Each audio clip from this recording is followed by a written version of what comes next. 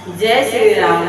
आज भी मैं बहुत प्यारा सा नाच का गीत आप लोगों को सुनाने जा रही हूँ। उम्मीद करती हूँ हमारा गीत आप लोगों को बहुत अच्छा लगेगा। अगर अच्छा लगे तो लाइक शेयर सब्सक्राइब जरूर करिएगा और कमेंट करके बताइएगा कि हमारा नाच का गीत आप लोगों को कैसा लगा। जय श्री राम।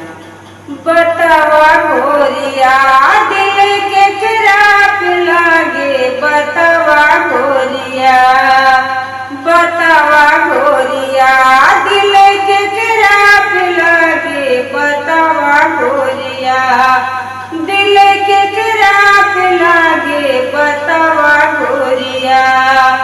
बाग में लागे बगीचा में लागे, बाग में लागे बगीचा में लागे, बगीचा में लागे बगीचा में लागे। हजार बेरिया दिल मलिया पर लागे, हजार बेरिया दिल मलिया पर लागे, हजार बेरिया दिल।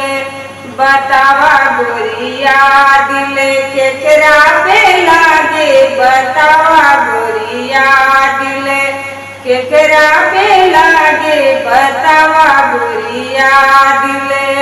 कुआं पे लागे कुआनवा पे लागे, कुआं पे लागे कुआनवा पे लागे। हजार बेरिया दिल कहरा पे लागे, हजार बेरिया दिल कहरा पे लागे, हजार बेरिया दिल।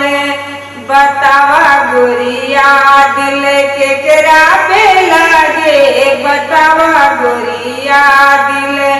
कोठा पर लागे अटारी पर लागे, कोठा पर लागे अटारी पर लागे। हजार बेरिया दिल खिड़की पे लागे, हजार बेरिया दिल खिड़की पे लागे, हजार बेरिया दिल। बतावा गोरिया दिल केकरा पे लागे, बतावा गोरिया दिल केकरा पे लागे, बतावा गोरिया दिल। सेज पे लागे सेजरिया पे लागे, सेज पर लागे सेजरिया पर लागे।